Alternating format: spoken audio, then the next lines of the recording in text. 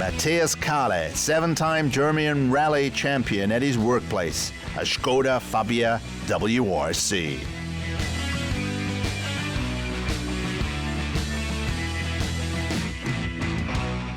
Private, he likes it nostalgic, and today it's the Škoda 100R's turn.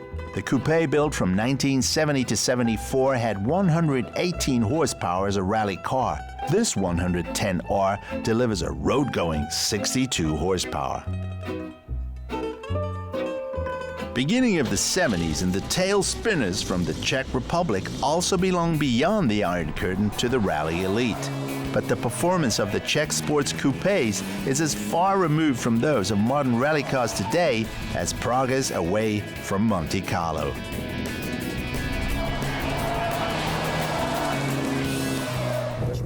The amusing thing is, because you feel the technology even more directly. So an old car, it starts up very badly.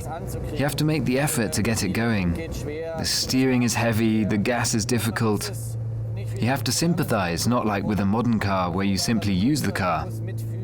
You have to be careful when changing gear, and all this is a lot of fun, because you're really into it and you must participate during changing gear.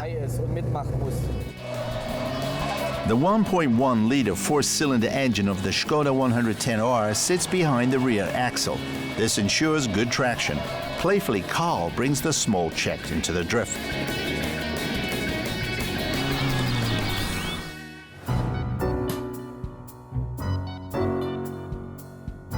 The production model delivers 52 horsepower and a top speed of 145 kilometers an hour. But the rally history of Škoda starts even before the success of the 110R.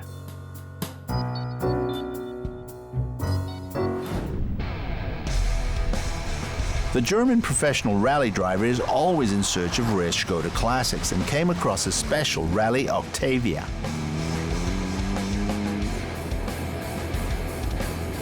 The history of the Skoda Octavia begins in 1959. The Octavia is considered a simpler but reliable car, sturdily built and blessed with good handling characteristics. The owner of this historic Octavia had the idea to put Matthias Kahle and co-pilot Peter Goebel into the cockpit of the 1961 rally car. Thanks to dual carburetors, the car has between 50 and 55 horsepower in series standard, and so was entered into motorsports. And that quite successfully. In the 1961 Monte Carlo Rally, Škoda Octavia celebrates one of its greatest successes with a TS. The Finn Esko Kaininen achieved 6th place in the overall standings. In the 1961, Matthias Kahle and Peter Goebel started the historic Histo Monte in the black Skoda Octavia Touring Sport. The car survives the rally well, and despite an intensive driving style, they reached the goal, a class win, also with a weakening brake.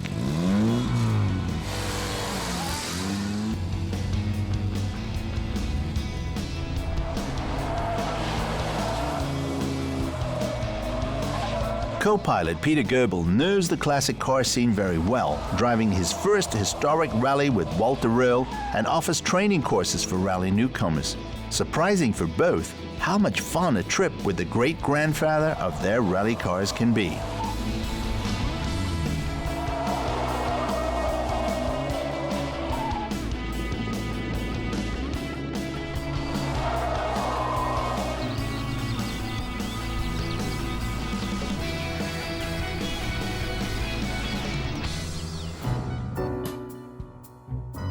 The biggest difference beside the age is the engine type. In the older Octavia sits a front-mounted engine driving the rear axle. In the 110R, a rear engine is at work.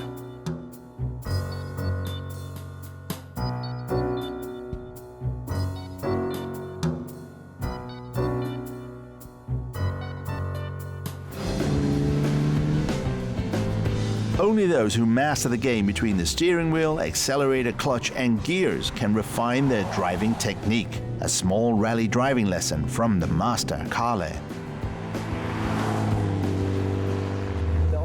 The optimal braking point is the latest possible.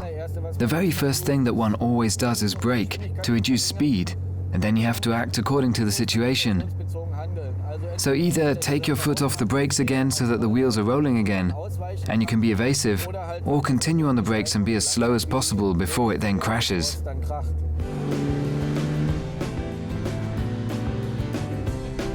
What sounds easy in theory, a rear motorized vehicle needs a lot of practice and experience.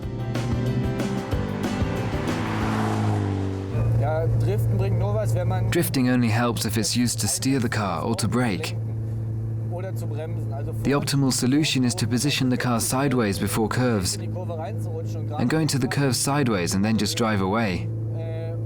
And always oversteer a bit. It doesn't have to be that the car slides directly, but it should drive out from the rear axle. This is the quickest way to drive around a curve. The Škoda 110R is still one of the most competitive sports oldies. In condition 2, it only costs about €5,000. If a rally champion itches, then it's off to the gravel road. With so much driving pleasure, nothing remains from the dismal grey of the former Eastern Bloc countries.